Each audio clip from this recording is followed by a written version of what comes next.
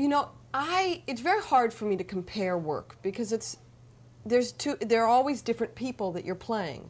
Certain people are going to be identified more by an audience than others. There are certain characters that audiences are going to like more than others.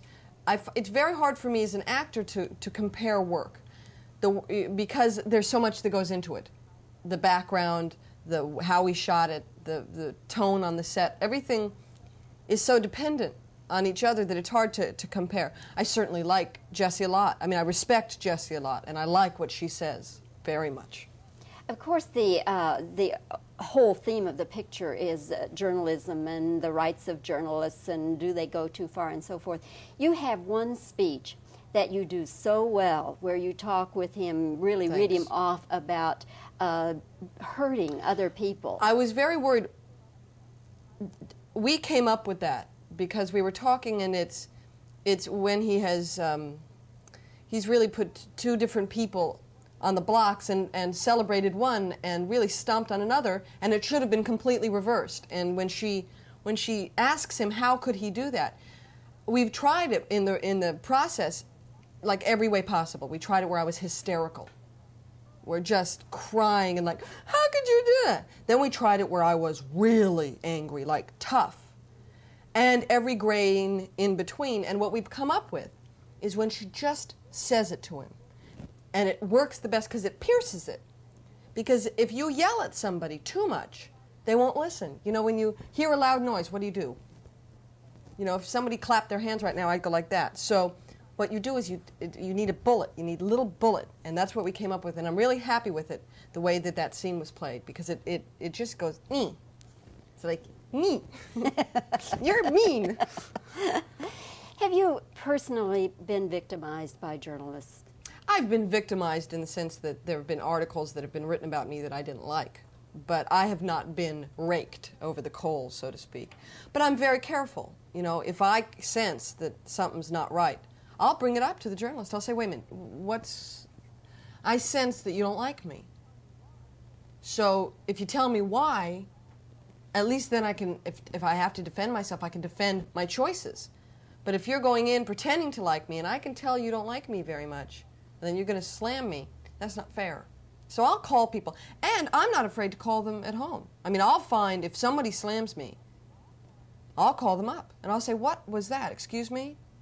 What was this thing that you wrote about me? That didn't happen. Why don't you like me? You know, how could you write that? I will do that. I'm not afraid of that.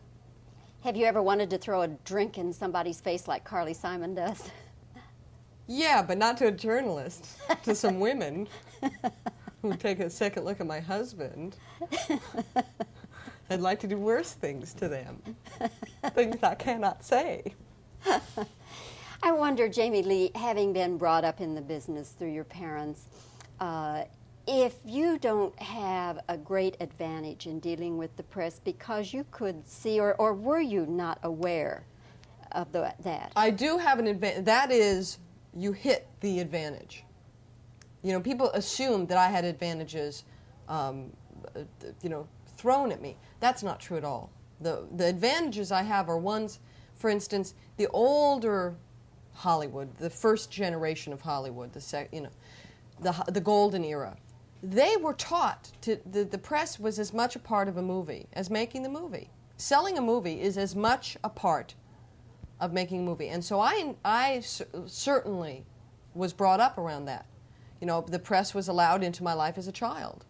So I've become very comfortable with doing this. A lot of people feel that this is a terrible invasion of privacy, and you get a lot of this. Yes. No. You know, and they don't, you have to get comfortable with this. And this is fine for me. It's not a problem. It's never has been. So that is a big advantage. Absolutely. The aerobics that you do are just sensational. Thank you. But I kept thinking, now I know movie making, you do it take after take after take.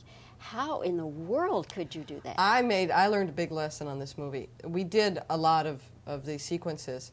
You know, and the hard thing for me is, you know, people have already compared it to Flashdance, and I've said to people, you know what? It's not, because we're doing exercise. It's not a dance sequence. If we wanted to shoot a dance sequence, it would have been spectacular. this is an aerobics class. It doesn't get that interesting. You just sort of go, you know.